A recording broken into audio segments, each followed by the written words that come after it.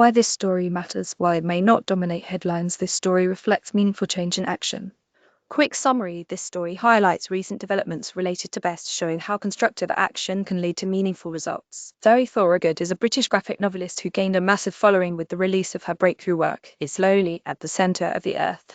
The semi-autobiographical story uses an array of illustrative styles and color swatches to communicate her struggles with depression, including her confronting literal demons. Thorogood elevates the dark material with her expressive use of the comics medium and the urgency of her voice, Forbes wrote when the book was released. When to watch for the 2020s.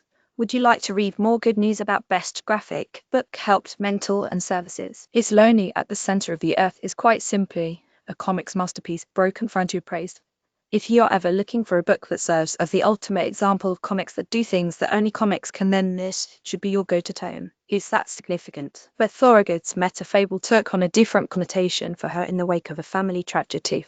In October 2024, her younger brother James died by suicide at 23 years old. In the wake of his death, she decided to donate all profits from her graphic novel to mental health charities, including Wine Charity, a non-profit that supports housing crisis helplines and drop-in centres in England and Wales. According to The Guardian, the publishers of the Italian, French and Spanish editions of her work pledged to match the donations. Mental health is so underfunded and misunderstood, and I'm not going to pretend this will make much of a difference. But while I am still in deep grief and pain, it is a start, Thorogood wrote in an Instagram announcement.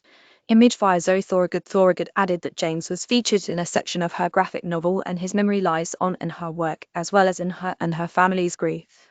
I don't have any answers right now. I can't bring my brother back or fix the system, Thorogood admitted in the same post. I am, as they say, just a girl, but now more than ever I know how strongly I feel about this. Once again, James, I love you. You frustrate me as a little brother should, but I miss you.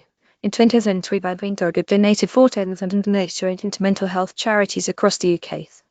I'm proud of myself, she wrote in the update post on December 15.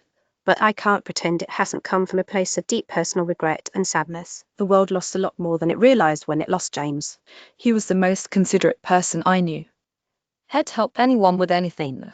A gentle and caring soul in a cruel world that didn't care for him.